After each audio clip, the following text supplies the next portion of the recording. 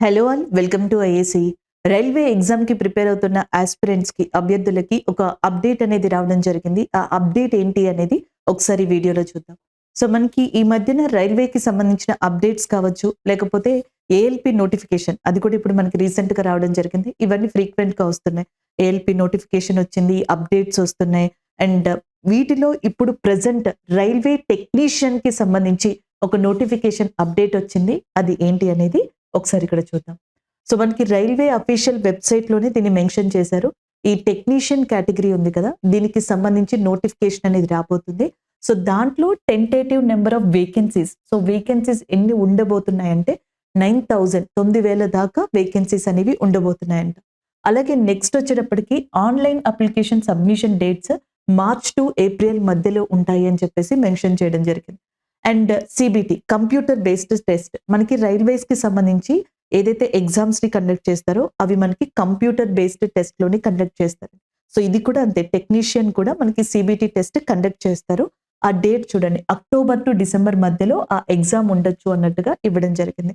అలాగే next exam అయిపోయిన తర్వాత ఎవరైతే షార్ట్ లిస్ట్ అవుతారో ఎవరైతే అభ్యర్థులు షార్ట్ లిస్ట్ అవుతారో సో, వాళ్ళకి సంబంధించి డాక్యుమెంట్ వెరిఫికేషన్ జరుగుతది. వెరిఫికేషన్ జరిగి ఆ రిజల్ట్ ఫిబ్రవరి 2025 కల్లా మీకు ఇవ్వడం జరుగుతుంది. ఈ ప్రాసెస్ అంతా కూడా ఇట్లా మనకి కంప్లీట్ చేస్తారు అన్నట్టుగా ఒక అప్డేట్‌ని ఇచ్చారనమాట. అలాగే దీంట్లో సిలబస్ గురించి మిగతా ఏ డీటెయిల్స్ గురించి కూడా ఇవ్వలేదు.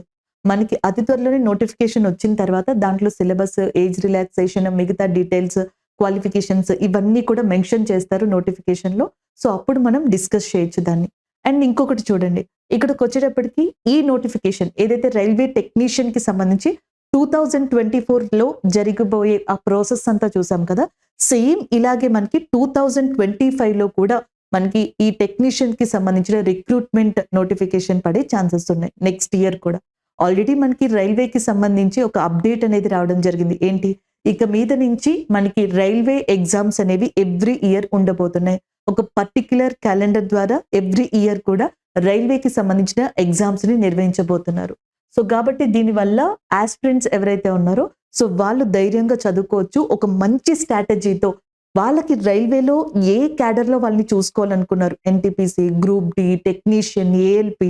సో, కాబట్టి ఆ ఎగ్జామ్‌కి ప్రిపేర్ అవుతూ దానికి సంబంధించిన సిలబస్, సబ్జెక్ట్‌ని నీట్‌గా చదువుకుంటూ సో, మనం ప్రిపేర్ అయితే గనక మీరనుకున్న రైల్వే జాబ్‌ని ఈజీగా క్రాక్ చేయొచ్చు. అండ్ ఆ లక్ష్యాన్ని సాధించొచ్చు. All the best. Thank you.